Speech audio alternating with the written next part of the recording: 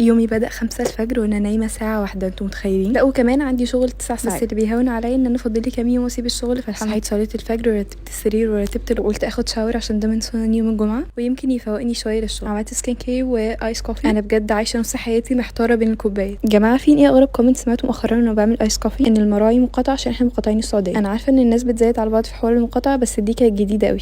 عامه الكومنتس دي بحب اعمل نفسي مش سامعه. اخدت وقت كبير في الكوفي فكنت بجري بقى علشان ما اتاخرش على الشغل، يعني نمشي بكرامتنا ما نبقاش ترمينيتد. بدات شغل بس ما طولتش كتير في الاوضه عشان رضا بتصحى تزعق لي وتفضل تقول لي عامله. فاخدت حاجتي وطلعت ريسبشن بكون براحتي اكتر وبشغل اللي انا عايزاه على شات جي بي تي اعمل ايه عشان ناكل وجبات خفيفه عشان ده ما يخلينيش. بالفعل عملت كده، ولكن وانا بتفرج على الفلوج ده حسيت اني نفسي جدا في كشري وبصراحه ما ترددتش اني اطلبه. او باي ذا واي انا كنت ناويه ابدا النهارده ده، ولكن عادي نبدا. كملت شغل وصليت الظهر، وبعد الشغل كان في بعض المهام المنزليه اللي غصب عني خلصتها وعملت قهوه عربي وشغلت بخور وقعدت اتفرج على درس للشيخ امجد سمير. ماما دخلت تعمل غدا وجس لقيتها بتعمل كشري وهي ما تعرفش ان انا طلبت كشري. كنت في صدمه كده بس ما اقدرش اتكلم. هو لو صبرت شويه. المهم اني صليت العصر ورحنا عند خالتي قضينا بقيه اليوم هناك. ولو اقول لكم انا بحب التجمعات العائليه دي قد ايه مش هتفهموا، بجد بحسها فري ثيرابي. خلصت ورحت انا وماما ورضوى، واعتقد ان انا اصلي العشاء وانام عشان مفيش حاجه تانية تتعمل. اشوفكم في فلوج جديد، باي.